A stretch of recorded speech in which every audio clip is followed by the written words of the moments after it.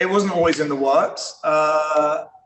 We were planning on making Kingsman 3 while shooting Kingsman 2, and then I watched The Man Who Would Be King, and it just reminded me of everything that I fell in love with cinema for, and decided, let's make The Man Who Would Be Kingsman. And that came together quicker than I would ever imagine, because we had the storyline written in Kingsman 1 when Eggsy is speaking to Harry, or Harry even speaking to Eggsy, telling him the story of how, why, and when Kingsman was founded. And World War I obviously was written as well, so we just had to take the speech of Harry, take history, bring the things together, and I was lucky enough to then have a movie which I was desperate to go make. And we will make Kingsman 3 next.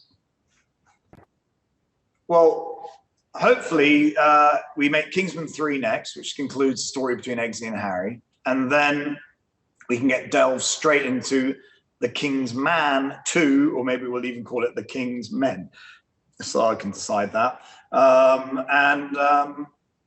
That will take the characters from here on their first journey as the Kingsman Agency is now founded. So we've got, in theory, decades now of history, of real history, a secret history, the history of espionage, shown through the eyes of the Kingsman. So that will be this franchise. And then after the Eggsy and Harry story is concluded, there's a lovely ending, which would then make it a Kingsman 4 will become something that people probably couldn't imagine right now until they see in Kingsman 3.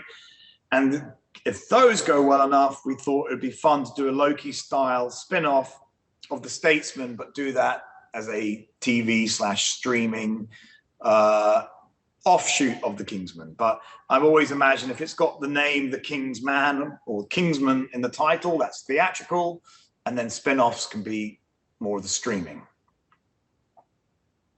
I think it's more, how does revisionist and unreal history weave into the real history? It would be my answer to that. How does it fit in? It's shoehorned in. It's, we can't change history, we can't change facts, but we can find the gray area where people can't explain what happened or why it happened, and just sneak a little bit of the Kingsman wink, charm, or raised eyebrow into those scenarios. Yes, we did a lot of research for the whole of World War I and the trenches, and the more we got to, or more I got to understand and see what the trenches were, the more shocking it was and sort of unbelievable, which then made us decide to build the trenches, because I just felt a CG version of it would never capture the true horror of the place. And we just decided to shoot it in, it's sort of ironic because, I say we shot it in sort of the epic style that as a kid I grew up on, but, which was sort of the David Lean, John Huston style of, proper wide shots and long lenses, and trying to use real, obviously using extras, not sprites. And we just tried to capture it in a way where it was accessible to a modern audience, but inspired by the old-fashioned way of making movies, but we didn't want to make an old-fashioned film. I wanted to make a modern version of an old-fashioned film. A story is a story. So when you tell a story, and you're true to the story, everything will fall into place around being honest to the story.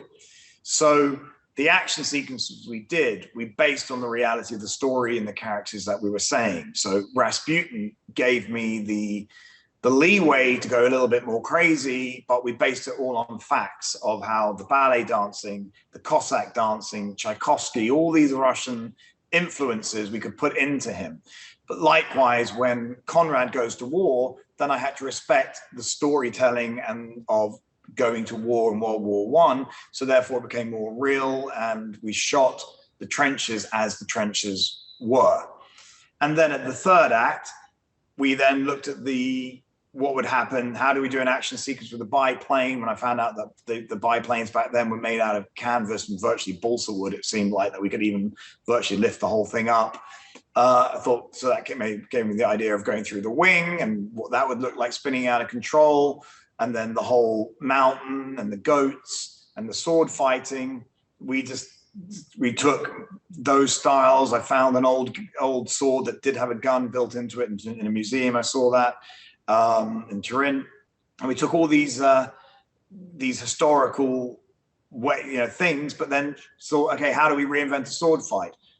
Put cameras onto the blades, but also don't reinvent it. Go back to the old style of Errol Flynn and have some great sword fighting and be brave and keep the camera still, and get the actors to learn how to do it. So just to be, so the answer is the balance came from being truthful to the story and the characters, and then forging an action around that. Well, Ben Davis for me is, and his dad was, sort of the king of long lens photography. And David Lean and Lawrence of Arabia and these movies, they use sort of, it's quite interesting when you start using long lenses to do big wide shots. And we even rebuilt some of the lenses from Lawrence of Arabia, and we didn't shoot it on film, but Ben and I, we put the old lenses onto the modern cameras, and we used a 65 chip, which is sort of like the equivalent of a 70mm negative, and it just the anamorphic on that, we then projected it, and it created that epic old school look that we wanted the movie to have. And we were just trying to be disciplined, of just respecting how these old movies were made, and we watched them all and said, let's keep it in that language for as long as possible, and then towards the end it starts morphing a little bit more to the Kingsman way we shot things. But the first two acts, well, three, I think it's a 4-act structure. So the first 3 acts, we were far more epic adventure filmmaking. And then the 4th act got a little bit more Kingsman-y, should we say. That's my main job as a director, is to cast it properly. You cast any role correct, it doesn't matter. Then the movie's going to, the movie will work. You have to cast the role properly. Now, what I mean by that is there have been films where you put a movie star in a role, but if they weren't right for that role, it doesn't matter how big a movie star they are, it doesn't work. So I've always done that. And with the Kingsman, I needed who is that man that could play the King's man, who could rival Colin Firth and be who would Colin Firth have been channeling to play the Kingsman, as we know it, and even then Taron Egerton with Eggsy. What is this ethos? Where's the spirit coming from? And when we wrote the Kingsman, there was only 2 people in my mind who could play the role. One was David Niven, obvious reasons why he couldn't, and the second was Ralph Fiennes. So Ralph said yes, and knocked it out of the park. And likewise with all the other roles, like Rasputin, I knew Rhys was the man. I don't know why I did, but I knew Rhys had the depth and sort of a energy that he would bring to it, sort of a over the top realism. So that's why I cast him, and all the other characters. They all had a part. I try to cast people where a little bit of them is in the role. So they're acting, but I know a bit of their core is going to add to the role. What can they expect? I think what they can be surprised. They will go on an original film. It's not a formulaic generic movie. It's epic. It's entertaining. It's engaging. It's exciting, and it's escapism. And you'll also learn a little bit of actually you'll learn a lot about history, but it won't be boring.